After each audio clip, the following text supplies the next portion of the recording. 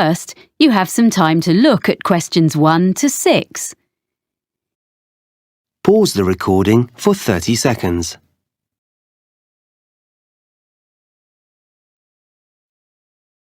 You will see that there is an example that has been done for you. On this occasion only, the conversation relating to this will be played first. Hello, Edwina, is it? Have a seat. Yes, Edwina. Thanks. I'm looking for a job as a nanny. I like working with children. I talked to you yesterday. Oh, yes. Well, we covered most of the ground on the phone yesterday.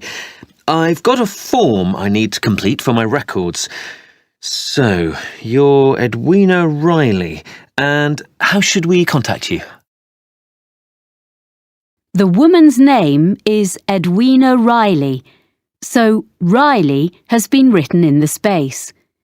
Now we shall begin.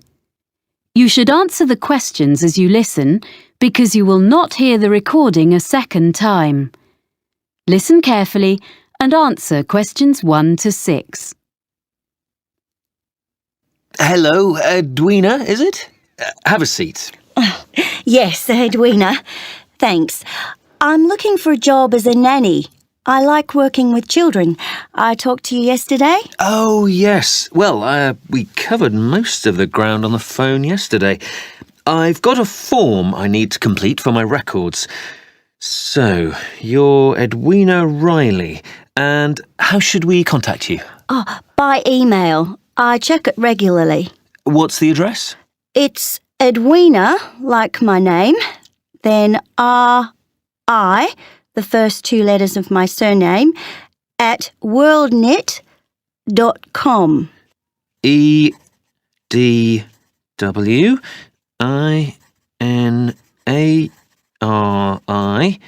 at worldnet.com? Yes. Good. And you're from Australia? Actually, I'm a New Zealander. Oh, I'm sorry. I bet it's really irritating being told you're an Australian. Like Canadians being asked what part of the States they're from. I'm used to it. It happens to us all the time. And now, you said on the phone that you could bring me some references. One from someone who's known you in a professional capacity and one personal one. Oh, yeah. Here's one from John Keane, who was the manager at the Play Centre in Wellington, where I worked for 3 years after I left school. It's got all his contact details on. Thank you. So, this was your last employer? Yes, apart from a bit of waitressing recently, but that was just temporary. I'm sure John will answer any questions if you contact him. We do run checks, yes. And a personal reference? Oh, you can contact the friend of my mother's I'm staying with here in London, Eileen Dorsini. She's a professor. She's known me all my life because she used to be our neighbour back home when she was a primary school teacher there. Now she's working here at the Institute of Education. Oh, good. I've got her contact details here for you. Thanks. I think I have some jobs to suit you. Oh, do you have any practical qualifications, by the way? Life-saving, music, anything? I've got an up-to-date first aid certificate. I did a course when I was working. That's good. First aid. Anything else? Well, I've got a driving licence, as I told you on the phone, but that's not special, you said. Almost everyone needs that, really. I've got a sailing qualification. It's a certificate of competence. So you're a yachtswoman? I love sailing. Well, I'll note you have a certificate. Before you hear the rest of the conversation, you have some time to look at questions 7 to 10. Pause the recording for 30 seconds.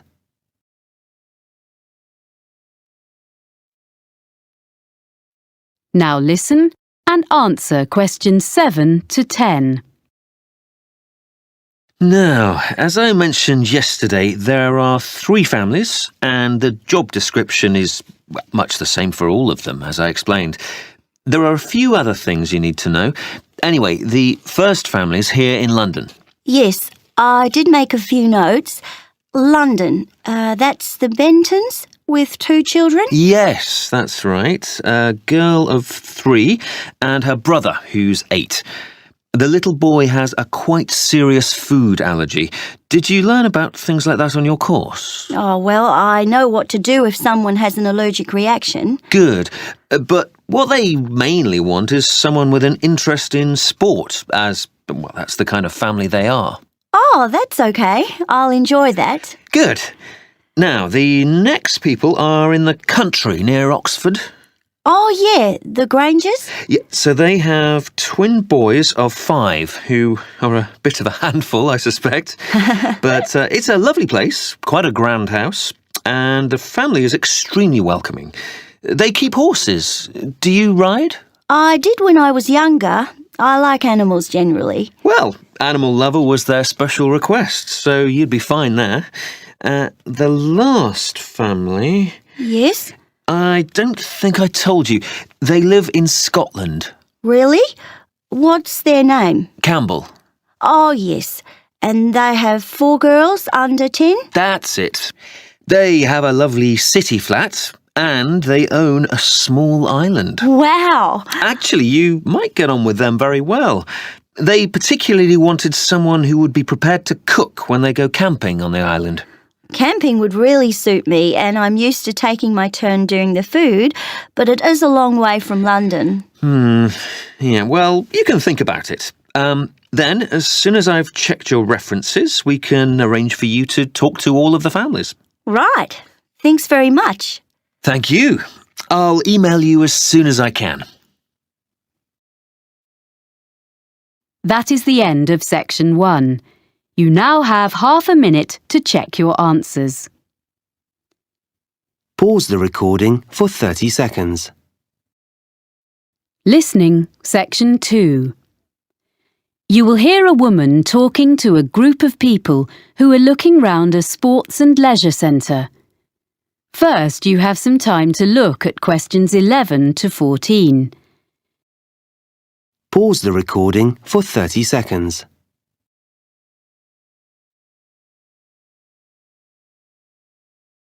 Now listen and answer questions 11 to 14. Ladies and gentlemen, I'm very pleased to be able to welcome you to Cityscope, our lovely modern sports and leisure facility. I've brought you up to the rooftop cafe on top of the stadium so that you can enjoy the view while I explain briefly what we have here and point out to you the major features of the site. Then we'll go round and have a look at ground level. Oh, that'd be interesting. I'm glad. We're extremely proud of this new facility. You see, when the project was first discussed, we expected that a multinational company would give us half our funding and the central government grant would make up most of the rest, with a smaller contribution from local business.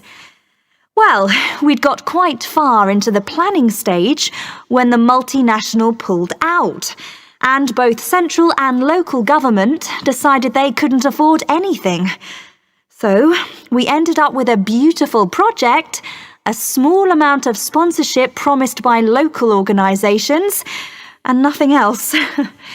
We thought we'd never build it, but at the last moment, we had an amazing donation of several £million from a national transport company, and that got us going again, and we managed to get all the rest from local fundraising. There's hardly a street in the city that hasn't made its contribution one way or another, so there's a true sense of local ownership here. So, this is what we got. We wanted a new stadium because the 1950s football stadium is on the other side of town and is shortly due to be pulled down and built over. This site was the old airport, with some playing fields on one side of it, and a few buildings from the 1930s when the airfield first opened. So, we were able to plan a new stadium with plenty of room for all the things people wanted. The playing fields have been upgraded and refenced, so they are now a set of top-quality outdoor pitches for amateur football, hockey and so on. We have both sports and other entertainments here. We want to encourage all kinds of people onto the site and hope some of them may come to use the cinema or the cafe and end up trying the fitness centre. These are all grouped together. The cafe is in the original 1930s passenger hall, and the architects have managed to retain some of the elegant style of the building. The other buildings, like the control tower, which would have made a great feature, and the aircraft hangars, which we had hoped might house the fitness centre, were unfortunately not structurally sound enough to preserve. So, everything else is newly built, opened in 2010. Before you hear the rest of the talk, you have some time to look at questions 15 to 20. Pause the recording for 30 seconds.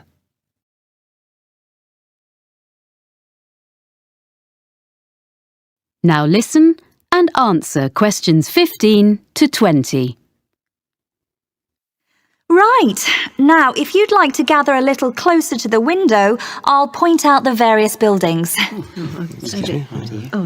Very nice. We're at the highest point of the stadium here in the rooftop cafe, on the opposite side to the main entrance doors. On our left, you can see two buildings just beyond the end of the stadium. The closest one is the business centre, used for meetings and conferences and so on, which provides a good source of revenue for the upkeep of the sports facilities. And next to the business centre, the bigger building is the hotel, which is rented from us by an independent company. As you see, they are served by the perimeter road, which runs round 3/4 of the site. Now, coming round to the front of the building, immediately in front of the entrance, that circular open space at the end of the road is the transport hub. From here, there are buses and a monorail link to the free car park, about 10 minutes from here, but you can't see that. There's also a large secure cycle park. Oh, and disabled parking, of course. People find it's very convenient and it keeps the site virtually car-free. OK, now if you look as far as you can over to the right, beyond the buildings, you can see our outdoor pitches, which I mentioned earlier. Between the pitches and the entrance is a little kind of pedestrian plaza. Are you with me? OK, with the cinema in the building furthest away from us, next to the pitches. Then there's the 10-pin bowling between the cinema and the road. Near the far end of the perimeter road and between the mini roundabout and the pitches, there's our fitness centre with all kinds of equipment and a small pool and changing rooms for teams using the pitches. Then, joined onto the stadium, next to the entrance, is a range of small shops, which all specialise in sports equipment, clothes, shoes. They sell toys and so on as well, all that sort of thing. They seem to be doing well. As you see, the service road goes right round, but we keep the traffic and the pedestrians well apart. So it's all very relaxed round the plaza, popular with families. And just in front of the bowling is our lovely restaurant. You can see it from here. It's that building on the plaza between us and the bowling. It's open all day and in the evenings. There's quite a queue there at weekends, I'm pleased to say. So, now you've got the layout, we can go and have a closer look at everything. Oh, nice. That is the end of section 2. You now have half a minute to check your answers.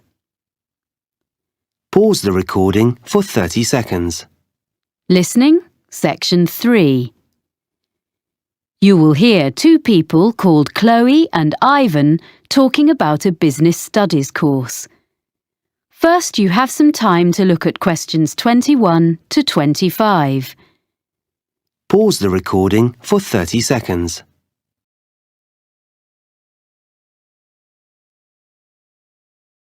Now listen carefully and answer questions 21 to 25. Oh, hi, Ivan. Oh, hi, Chloe. I'm glad I bumped into you because I've been looking at this prospectus about courses at the university. I'm thinking of doing a business studies degree. Isn't that what you're doing? Yes, I'm about to start my 3rd year. I think you'd enjoy it.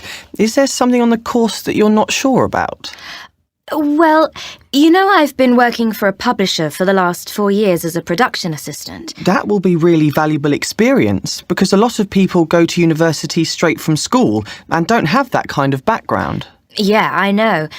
And I'm used to dealing with figures and percentages and things, but it's been a while since I've sat down and put my ideas into an essay. I was never that good at it, and I'm not sure I can do it now. But you did okay at school, so I'm sure you'll soon get into it again.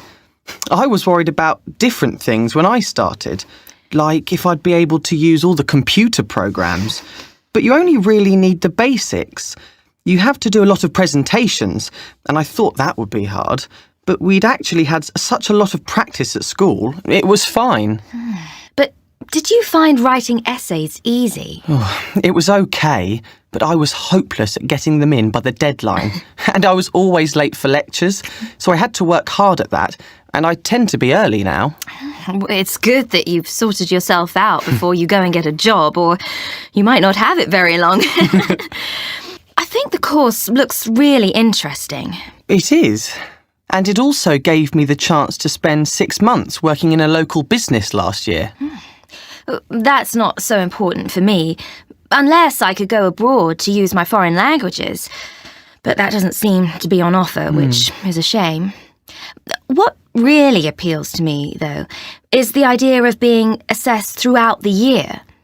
I think that's a much more productive way of learning, instead of everything being decided in an exam at the end. It's good for people like you who are hardworking all year round. You'll be spending all your time in the library. They've just expanded it too. That's good. Well, yes and no. They've made the study area bigger, but it means they've taken some of the magazines and periodicals away. So I think it was better as it was. The university is expanding all the time, and there are lots of new courses coming next year. Well, that's great news, isn't it? It means the college will have a better reputation, as more people will hear about it. So that's good for us. I agree, but they really need to add more lecture rooms, as we often have lectures in tiny rooms. Well, you obviously think overall it's a good place to do a degree. I should probably go and have a look round. Well, it's holidays now, and there's not much going on there. Oh, so it's probably not worth going in now. But you could email my tutor. I know he'd be happy to answer any questions. I can give you his email address. I looked at quite a lot of other universities and read loads of prospectuses, but I thought this one was the best. Before you hear the rest of the conversation, you have some time to look at questions 26 to 30. Pause the recording for 30 seconds.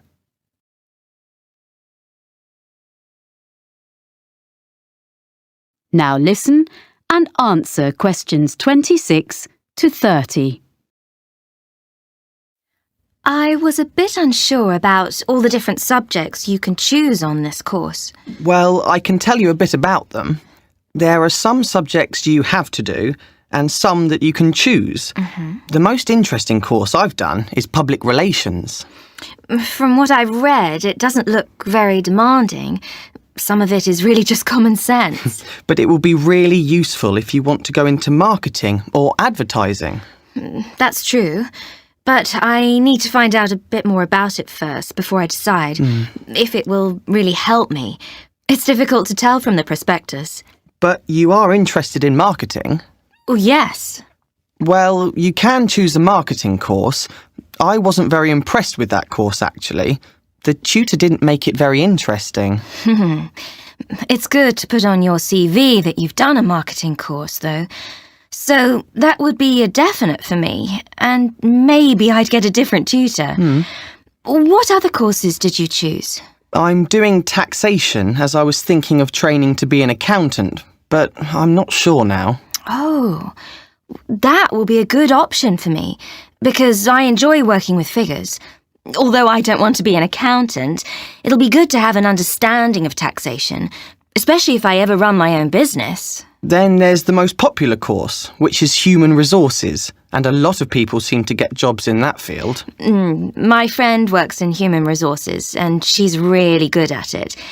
But I don't think I've got the right personality, so I'd give that one a miss. I'm more interested in how businesses actually work, the structure. That's a compulsory course, the structure of business. Oh. But you might find information systems helpful. Is that kind of computer programs? Some of it is, but also databases, project management, and other things. This sounds useful, but I'll have to look at some of the other possibilities first. You know, Ivan, this course sounds as though it would suit me. I'm going to apply. Great! If there's anything else you want to ask me, you've got my number. Thanks. That is the end of section 3. You now have half a minute to check your answers. Pause the recording for 30 seconds. Listening, section 4. You will hear a talk by a meteorologist about weather forecasting. First, you have some time to look at questions 31 to 40. Pause the recording for 1 minute.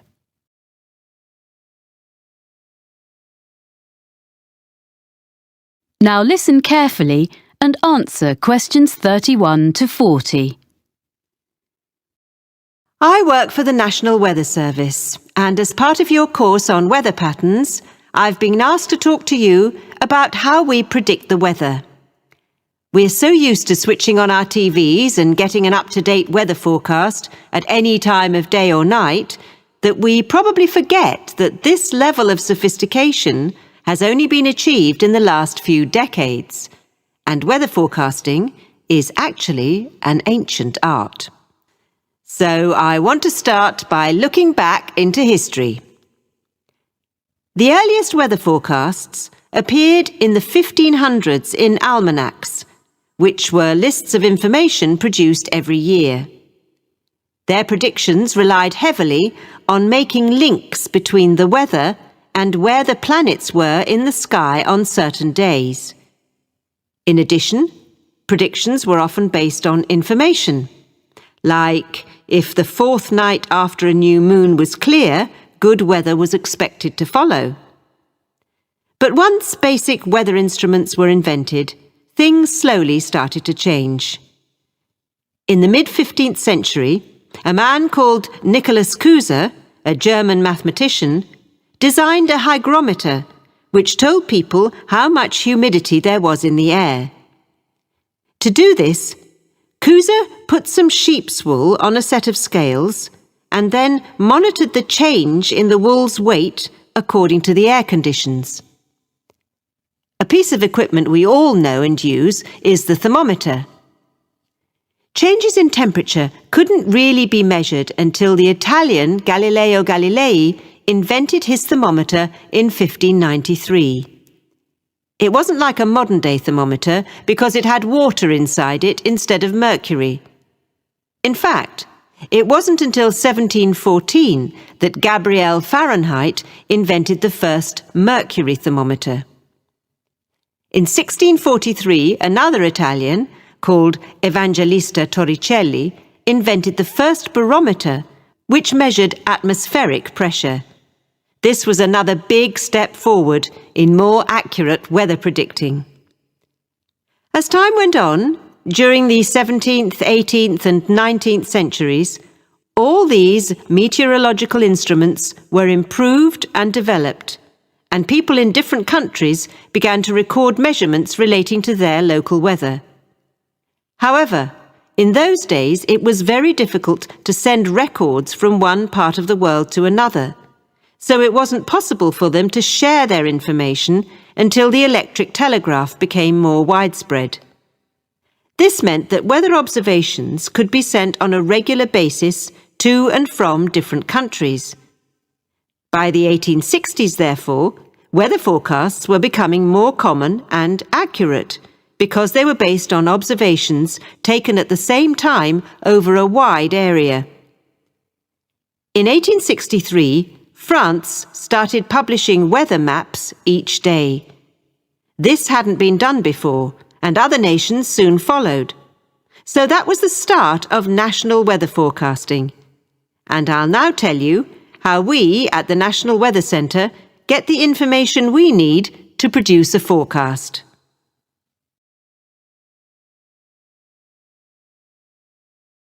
Even today, one of the most important methods we use is observations, which tell us what the weather is doing right now. Observation reports are sent automatically from equipment at a number of weather stations in different parts of the country. They are nearly all based at airports, although a few are in urban centres. The equipment senses temperature, humidity, pressure, and wind speed direction. Meteorologists also rely really heavily on satellites, which send images to our computer screens. What we see on our screens is bright colours. Orange represents dry air, and bright blue shows moisture levels in the atmosphere. The satellites are located 22,000 miles above the surface of the Earth, and it's amazing that despite that distance, it's possible for us to make out an individual cloud and follow it as it moves across the landscape. In addition to collecting data from the ground, we need to know what's happening in the upper levels of the atmosphere. So a couple of times a day, from many sites across the country, we send radio sondes into the air. A radio sonde is a box containing a package of equipment, and it hangs from a balloon which is filled with gas. Data is transmitted back to the weather station. Finally, radar. This was first used over 150 years ago and still is. New advances are being made all the time, and it is one method for detecting and monitoring the progress of hurricanes. Crucial information is shown by different colours representing speed and direction. Radar is also used by aircraft, of course. All this information from different sources is put into computer models, which are like massive computer programs. Sometimes they all give us the same story, and sometimes we have to use our own experience to decide which is showing the most accurate forecast, which we then pass on to you. So, I hope next time you watch the weather forecast, you'll think about how we meteorologists spend our time. And maybe I've persuaded some of you to study meteorology in more depth. That is the end of section 4. You now have half a minute to check your answers.